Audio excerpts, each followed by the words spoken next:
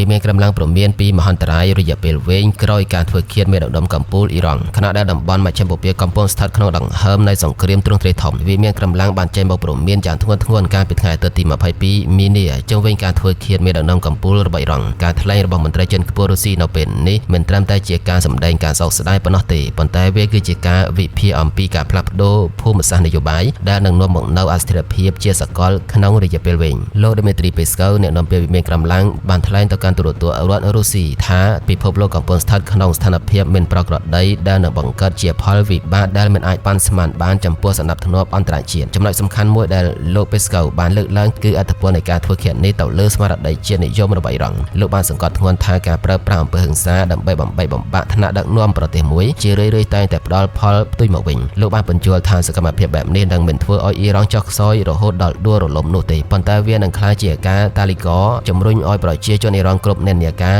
រួបរวมគ្នាជុំវិញការសងសឹកនិងការពារមាតុភូមិរបស់ពួកគេកាន់តែខ្លាំងជាងមុនសម្រាប់រុស្ស៊ីការវាយប្រហារដោយផ្ទាល់លើមេដឹកនាំរដ្ឋគឺជាការរំលោភបំពានយ៉ាងធ្ងន់ធ្ងរលើច្បាប់អន្តរជាតិនិងជាគំរូដ៏គ្រោះថ្នាក់មួយដែលមហាអំណាចលោកខាងលិចកំពុងបង្កើតឡើងដើម្បីយល់ពីភាពតានតឹងនៅថ្ងៃនេះយើងត្រូវក្រឡេកទៅមើលព្រឹត្តិការណ៍កាលពីថ្ងៃទី28កុម្ភៈឆ្នាំ2026ដែលជាថ្ងៃប្រវត្តិសាស្ត្រដ៏ខ្មៅងងឹតសហរដ្ឋអាមេរិកនិងអ៊ីស្រាអែលបានសហការគ្នាក្នុងយុទ្ធនាការផ្លូវអាកាសដ៏ធំបំផុតមួយដែលមិនត្រឹមតែកំទេចគោលដៅយោធាប៉ុណ្ណោះទេប៉ុន្តែបានសម្រេចគោលដៅក្នុងការធ្វើឃាតលោកអាយ៉ាតូឡាអាលីខាម៉ាណីមេដឹកនាំកម្ពុជានៃបដិវត្តអ៊ីស្លាមការបាត់បង់រូបលោករួមជាមួយមេបញ្ជាការយោធាជាតិខ្ពស់ជាច្រើនរូបទៀតត្រូវបានរុស្ស៊ីមើលឃើញថាជាការបោះចោលប្រេងចូលក្នុងភ្នក់ភ្លើងដែលធ្វើឲ្យជំរឿននៃការចរចាសន្តិភាពត្រូវបានកាត់ផ្តាច់ទាំងស្រុងវាមានកម្លាំងបានព្រមានថាផលវិបាករយៈពេលវែងដែលលោកពេស្កូវបានរៀបរាប់នោះរួមមានការរីករាលដាលនៃអំពើហិង្សាការសងសឹករបស់អ៊ីរ៉ង់តាមរយៈមីស៊ីលនិងយានដ្រូនលើមូលដ្ឋានអាមេរិកគ្រាន់តែជាការចាប់ផ្ដើមប៉ុណ្ណោះក្រុមសម្ព័ន្ធមិត្តរបស់អ៊ីរ៉ង់នៅទូទាំងតំបន់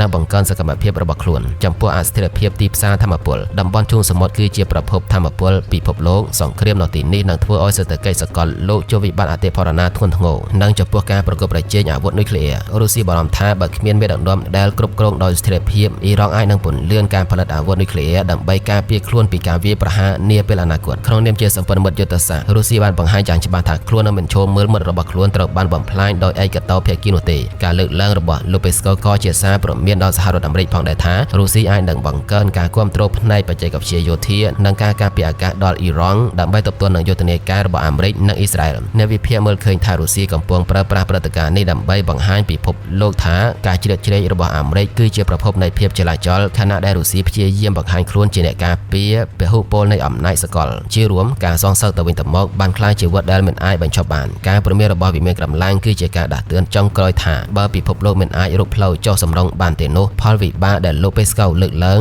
នឹងមិនត្រឹមតែកើតមានចំពោះមជ្ឈិមបូព៌ាប៉ុណ្ណោះទេប៉ុន្តែវានឹងរាលដាលដល់គ្រប់ទ្វីបទាំងអស់សរុបមកការធ្វើឃាតមេដឹកនាំកម្ពុជាអ៊ីរ៉ង់មិនមែនជាទីបញ្ចប់នៃបញ្ហានោះទេប៉ុន្តែវាគឺជាការបើកទំព័រថ្មីនៃសង្គ្រាមត្រជាក់ឬសង្គ្រាមក្តៅរវាងប្លុកមហាអំណាចដែលមានមជ្ឈិមបូព៌ាជាសមរភូមិកណ្ដាលហើយពិភពលោកកំពុងរង់ចាំមើលថាតើសហគមន៍អន្តរជាតិមានសមត្ថភាពទប់ស្កាត់ការផ្ទុះឡើងនៃសង្គ្រាមលោកលើកទី3បានដែរឬទេ